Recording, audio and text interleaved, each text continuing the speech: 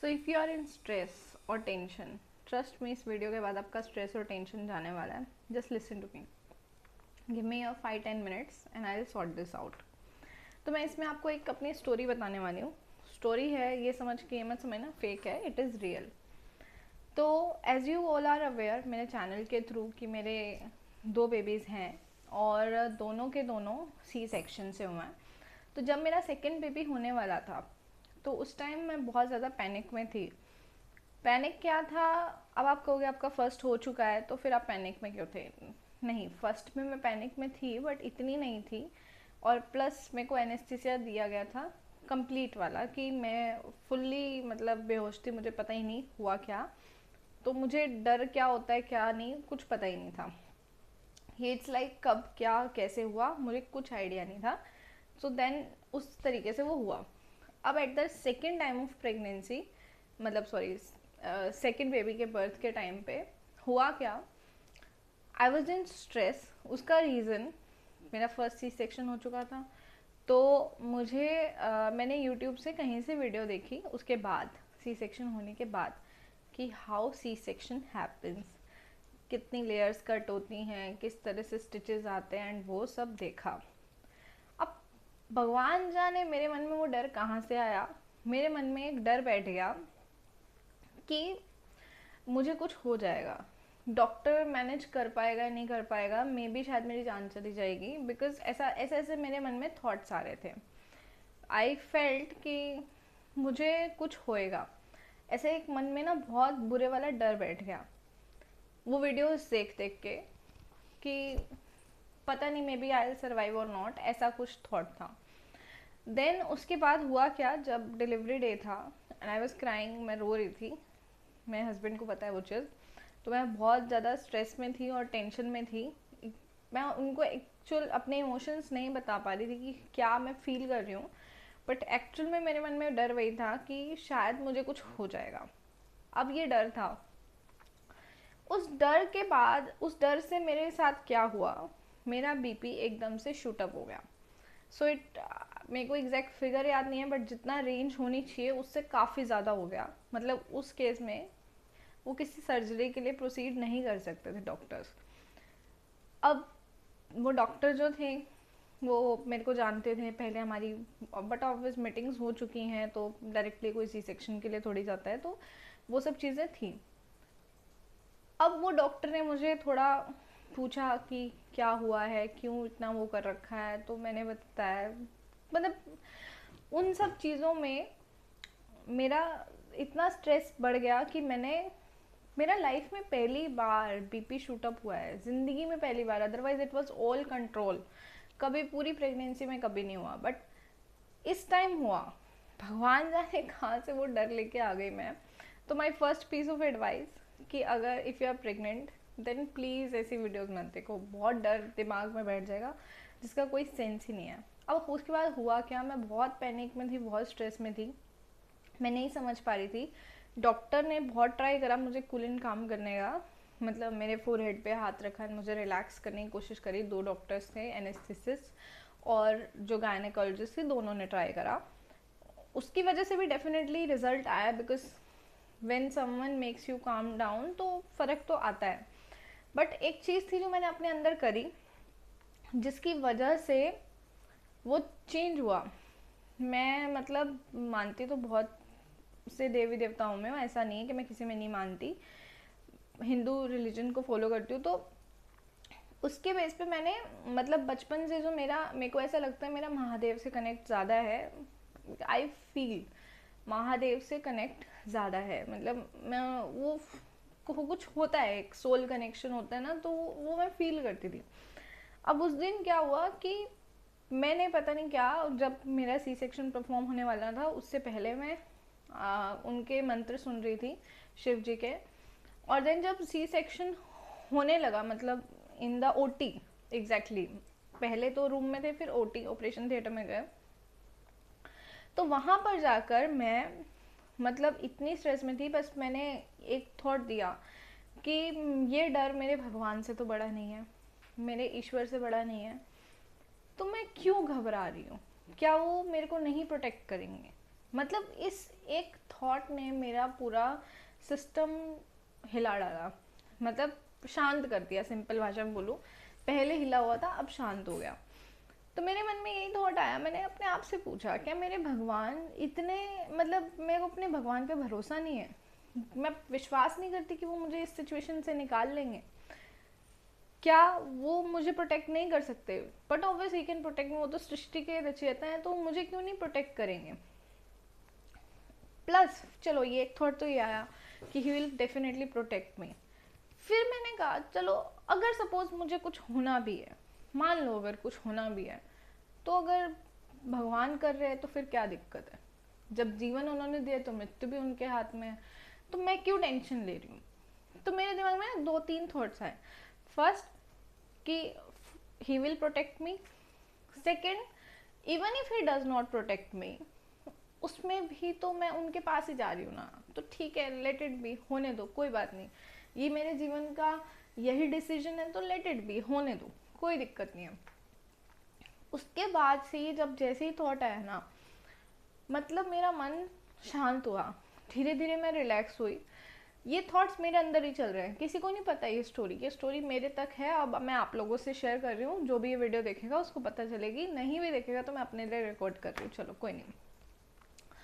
अब होता क्या है उसके बाद, बीपी मेरा थोड़ा नॉर्मल आ जाता है and then they go for the procedure. इसमें मेरा अंदर जो इंटरनली थॉट्स चल रहे थे उसका तो रोल था ही ठीक नॉर्मल करने का, प्लस डॉक्टर का कंट्रीब्यूशन था, उसको मैं डिनाई करती भी नहीं।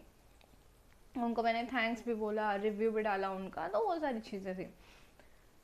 अब एक बहुत ही मैजिकल चीज़ हुई, मतलब मुझे नहीं पता कोई इसमें बिलीव करेगा नहीं करेगा, बट मेरे साथ हुई कि मैं कंटिन्यूसली जब जैसे ही जो भी उनका प्रोसेस था वो स्टार्ट हुआ, मैं ओम नमः शिवाय बोल रही थी। ओम नमः शिवाय, ओम नमः शिवाय। वो मुझे इतना काम कर रहा था, शांत कर रहा था, मैं समझ ही नहीं पा रही थी मेरे साथ हो क्या रहा है।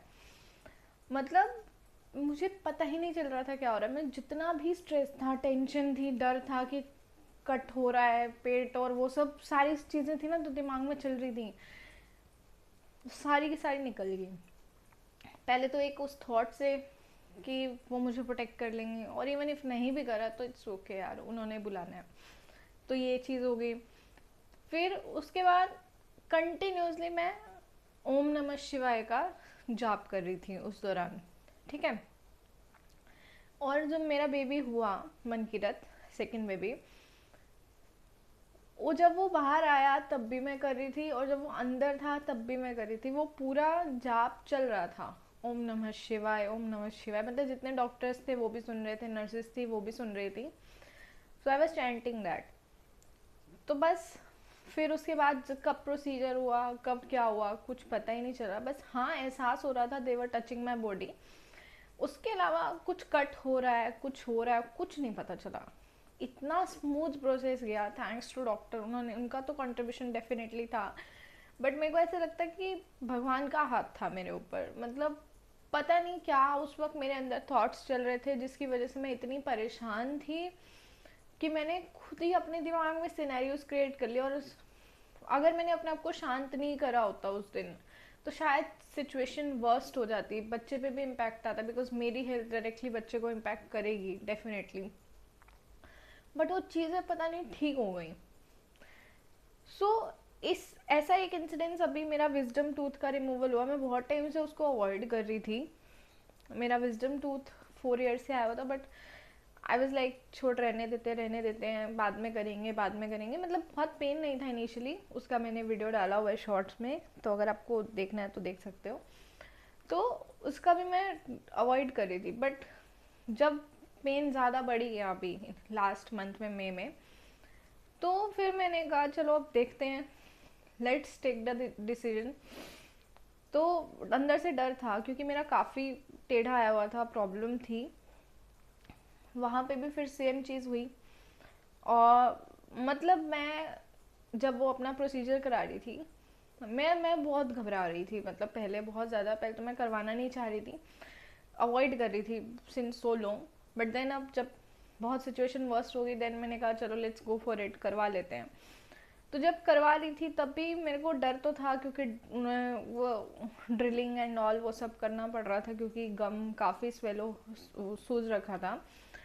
तो उस वक्त उस चक्कर में ना मेरे अंदर डर बैठा हुआ था। उस डर को हटाने के लिए मैंने क्या करा, कुछ नहीं, बस मैंने बस ये कहा संभाल लेंगे वो, महादेव संभाल लेंगे, बस मैं नहीं कुछ कर सकती, मेरे हाथ में तो वैसे भी कुछ नहीं है, तो सब संभाल लेंगे। और मन ही मन मतलब उधर प्रोसीजर चल रहा है और इधर मैं ओम नमः शिवाय का जाप कर रही थी। तो इस पूरी कहानी से आपको क्या सीखने को मिलता है, कहानी से क्या सीखोगे, मतलब देखो मैं एक सिंपल सी बात बोल रही हूँ, अगर आपकी लाइफ में स्ट्रेस टेंशन कुछ भी चल रहा है ना, आपके हाथ में है, अगर उसको सॉल्व करना तो कर लो, नहीं है तो जस्ट लीव ऑन हिम। जिसको भी मानते हो उस पर छोड़ दो, वो संभाल लेंगे। और जब भी तुम्हें लगे ना कि नहीं वो नहीं मतलब चीज़ें नहीं हो रही मैनेज, तो एक बात समझो भाई, तुम उनकी कैपेसिटी पे शक कर रहे हो। तुम ये सोचो, तुम सृष्टि के रचयिता पे शक कर रहे हो कि वो नहीं संभाल पाएंगे, तो तुमसे बड़ा बेवकूफ़ नहीं है अगर तुम ऐसे शक कर रहे हो। ऐसा मैं खुद को भी कभी कभी बोलती थी कि मेरे से बड़ा बेवकूफ़ नहीं है कोई जो ऐसे डर रहा है। तो डरने की ज़रूरत नहीं है। इफ़ यू मतलब किसी भी सिचुएशन से कैसे भी जा रहे हो ना, तो I am telling you he will protect you. He she जिसमें भी आप मानते हो, किसी देवी में मानते हो, देवता में मानते हो, दिल से मानते हो ना, तो वो प्रोटेक्ट करेंगे। क्योंकि एक भक्त की भक्ति देख लेते हैं, वो जानते हैं कि मुझे किसको प्रोटेक्ट करना है, किसको नहीं करना। अगर आपकी सच्ची भक्ति है, वो आपको हर मुसीबत से, हर प्रॉब्लम से निकालेंगे और आपकी हेल्प करेंगे। और अगर आप डर रहे हो तो मतलब कहीं ना आप अपने ईश्वर पे ही शक कर रहे हो। तो बस इतनी सी बात है कि ट्रस्ट द प्रोसेस, सरेंडर कर दो, छोड़ दो। लाइफ में कितनी भी सिचुएशन हो, कैसी भी सिचुएशन हो, बुरी चल रही है, कैसी भी नहीं हो रही मैनेज, अगर अपने हाथ में देखो, मैं ये नहीं कह रही कि सब कुछ ही उन पे छोड़ दो।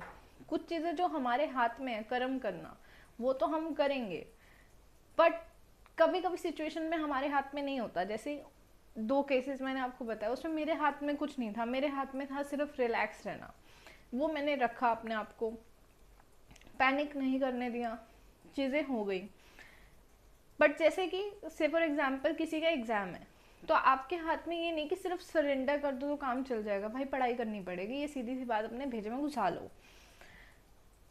तो जहाँ हमारे हाथ में है कर्म, वो हम करेंगे, और जहाँ नहीं है, जहाँ कुछ चीज़ें हमारे फेवर में नहीं जा रही, कुछ चीज़ें हो रही है कि बस ऐसे ही हो रही है, बस नहीं समझ आ रहा, समझ नहीं आ रहा कौन से कर्मों को काट रहे हैं, कौन सी चीज़ें चल रही हैं, बस वहाँ पे आपको छोड़ना पड़ेगा, ईश्वर पे पूरी तरह से छोड़ना पड़ेगा। और या तो देखो करो तो पूरा करो, नहीं तो मत करो।